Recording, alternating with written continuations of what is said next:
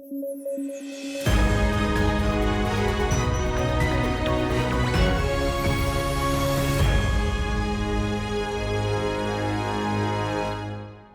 News at 9 programme में आपका स्वागत है। मैं हूं अमृत उपाध्याय। आइए जल्दी से देखें आज की हेडलाइंस।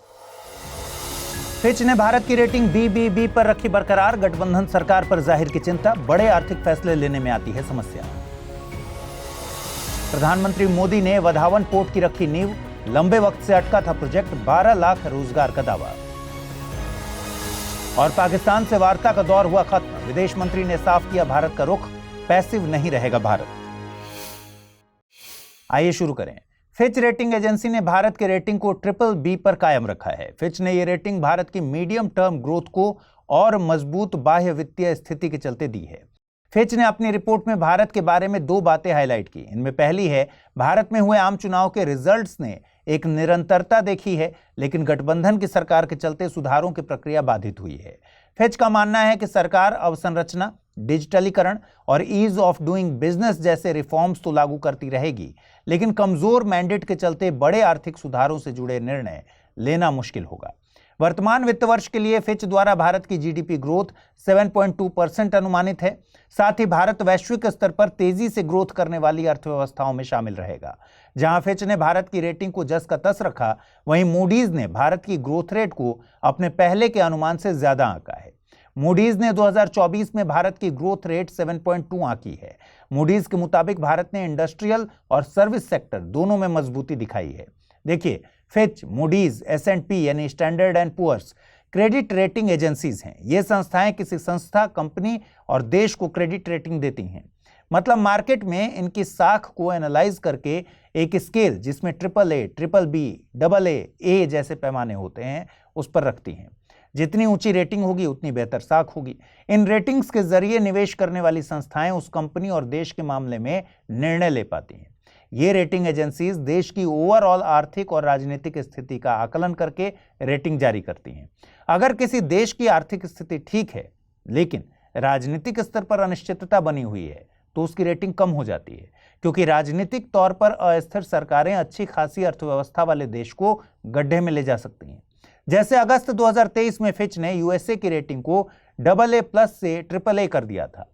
भारत में क्रेडिट रेटिंग एजेंसीज को सेबी रेगुलेट करती है। भारत की क्रेडिट रेटिंग एजेंसीज में CRISIL, Iqra, care, brickwork ratings India private limited आदि प्रमुख हैं। इस खबर की अहमियत को समझने के लिए 2022 में UPSC द्वारा पूछे गए एक सवाल पर गौर करिए। पूछा गया था, निम्नलिखित कथनों पर विचार कीजिए। भारत में साख क्षमता निर्धारण एजेंसियां, क्रेडिट रेटिंग एजेंसीज, भारतीय रिजर्व बैंक द्वारा विनियमित होती हैं। इकरा नाम से जानी जाने वाली क्षमता निर्धारण एजेंसी एक पब्लिक लिमिटेड कंपनी है। ब्रेकवर्क रेटिंग्स एक भारतीय साख क्षमता निर्धारण एजेंसी है। और पूछा गया था कौन से सही हैं, केवल 1 और 2, केवल 2 और 3, केवल 1 और 3 या फिर 1, 2 और 3। इस सवाल का सही जवाब है विकल्प B, क्योंकि भारत में क्रेडिट रेटिंग एजेंसीज के रेगुलेशन का काम सेबी करती है, न कि RBI। केवल इस जानकारी से हम पहला स्टेटमेंट गलत करेंगे और सही आंसर B मिल जाएगा। प्रधानमंत्री नरेंद्र मोदी ने आज भारत के मैरीटाइम मार्वल यानी सामुद्रिक चमत्कार कहे जाने वाले वधावन पोर्ट की नींव रखी। महाराष्ट्र के पालघर में स्थित इस पोर्ट की लागत 76,000 करोड़ के करीब आंकी गई है। देखिए, इस पोर्ट के विकास का काम कई दशकों से अटका पड़ा है, लेकिन इसी साल जून में कैबिनेट ने इसके लिए मंजूरी दी और आज फाइनली प्रधानमंत्री ने फाउंडेशन स्टोन रखा है। दरअसल इस पोर्ट को लेकर कुछ चैलेंजेस हैं। यूनियन कैबिनेट के मुताबिक 17,471 हेक्टेयर जमीन पर इसका विकास होगा, लेकिन लोकल लोगों का कहना है कि इससे पालघर के आसपास के कई गांव प्रभावित होंगे। आजीविका के संकट की भी चिंता है और इकोलॉजी भी प्रभावित होगी। दूसरी तरफ मछुआरा समुदाय जो लंबे वक्त से इस पोर्ट के विकास का विरोध कर रहा है, उनका कहना है कि जिस जमीन पर पोर्ट के विकास की मंजूरी दी गई है वो फिशिंग के लिहाज से गोल्डन बेल्ट है।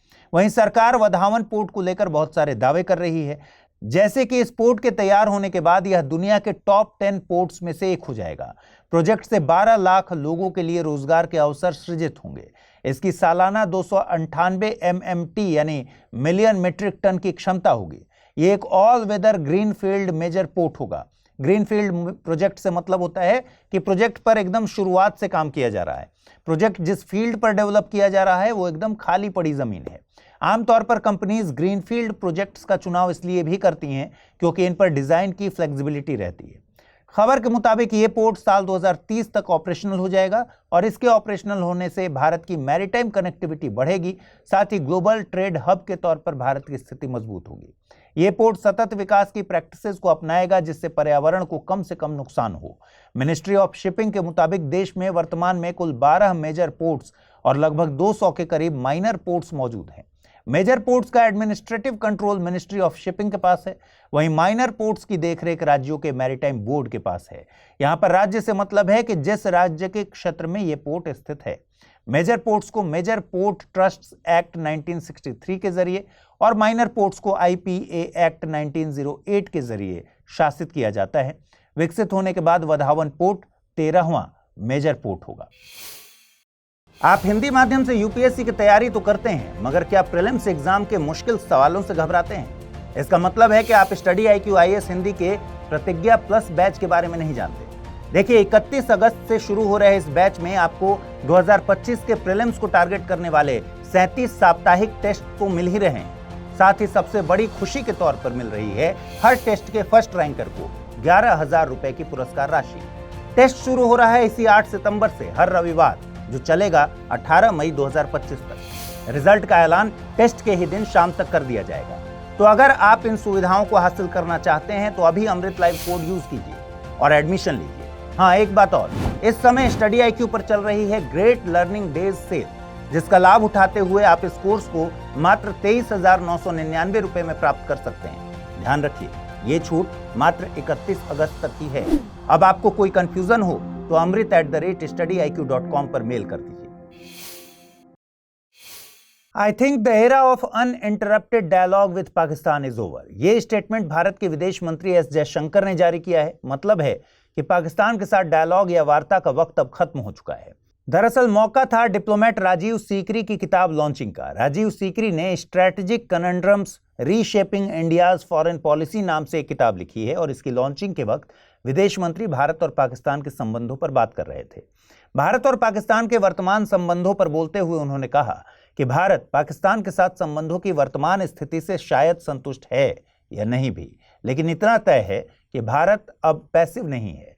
चाहे पॉजिटिव एक्शन हो या नेगेटिव, भारत की तरफ से प्रतिक्रिया जरूर दी जाएगी। वहीं अफगानिस्तान के साथ भारत के रिश्ते पीपल लेवल पर मजबूत हैं। वहां के समाज में भारत को लेकर एक गुडविल है, लेकिन अब भारत अफगानिस्तान के मामले में अपने हितों को तवज्जो दे रहा है।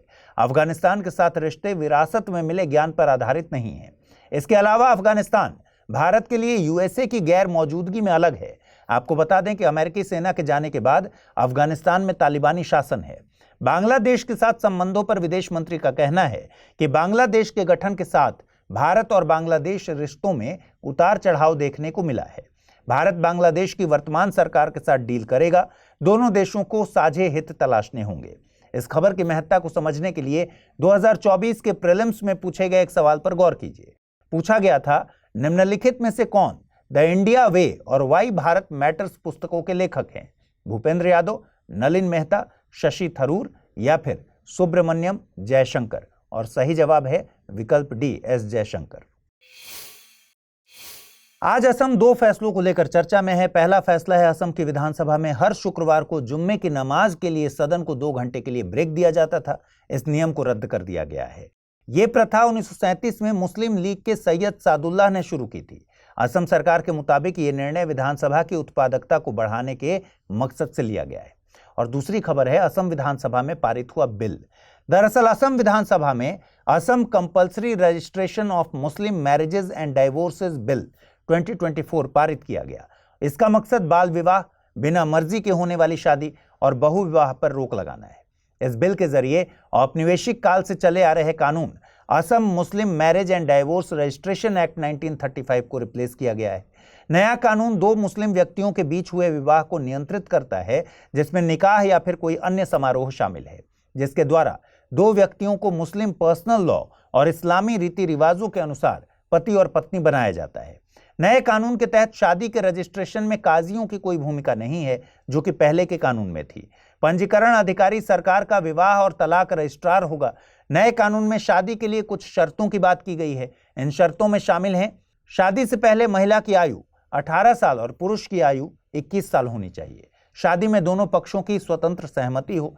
शादी के रजिस्ट्रेशन की सूचना अधिकारी को देने से 30 दिन पहले कम से कम एक पार्टी उस जिले में निवासरत हो और दोनों पक्षों के बीच मुस्लिम कानून के मुताबिक प्रतिबंधित सीमा के भीतर संबंध नहीं होने चाहिए।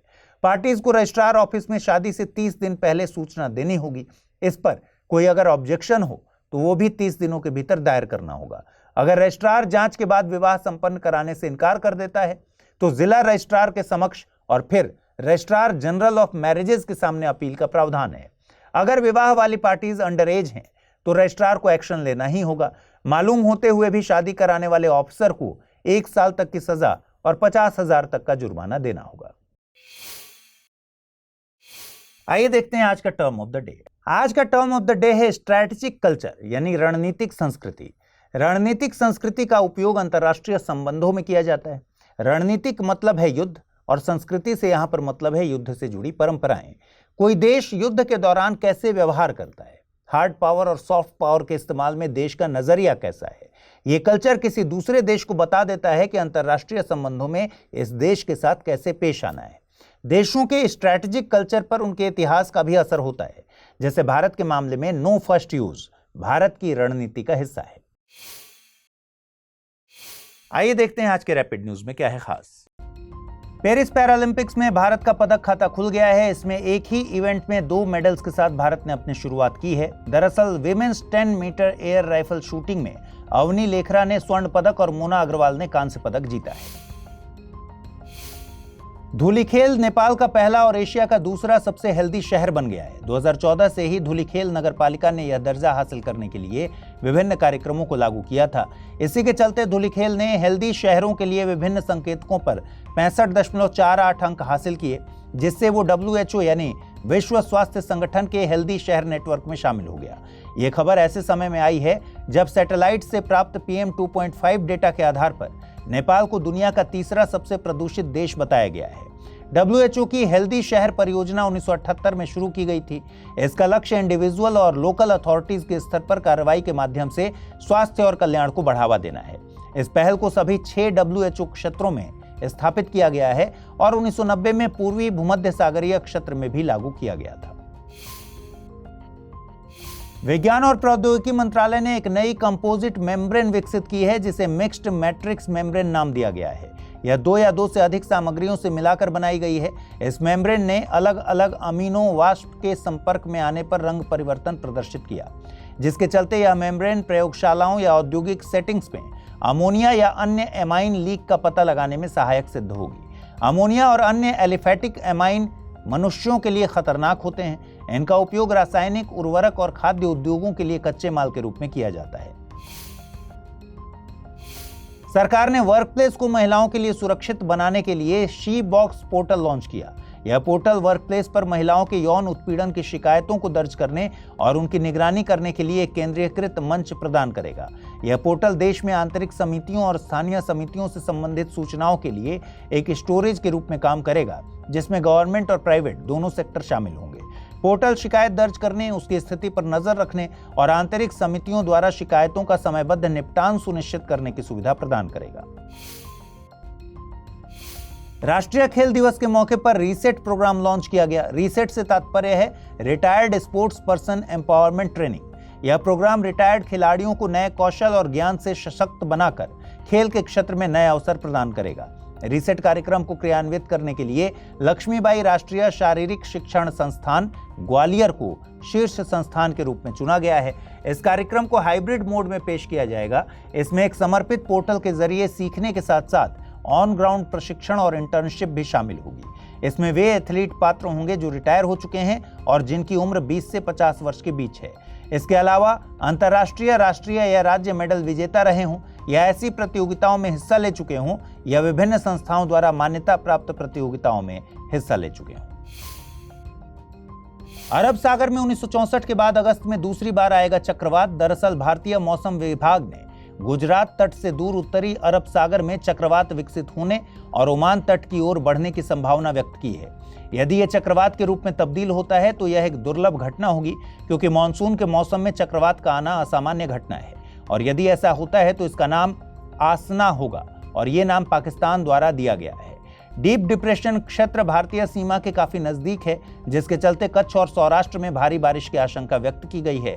इन क्षेत्रों को रेड अलर्ट पर रखा गया है क्योंकि डीप डिप्रेशन क्षेत्र भारत के भुज से लगभग 60 किलोमीटर उत्तर पश्चिम में, नलिया से 80 किलोमीटर उत्तर पूर्व में और पाकिस्तान के कराची से 270 किलोमीटर दक्षिण पूर्व में स्थित है।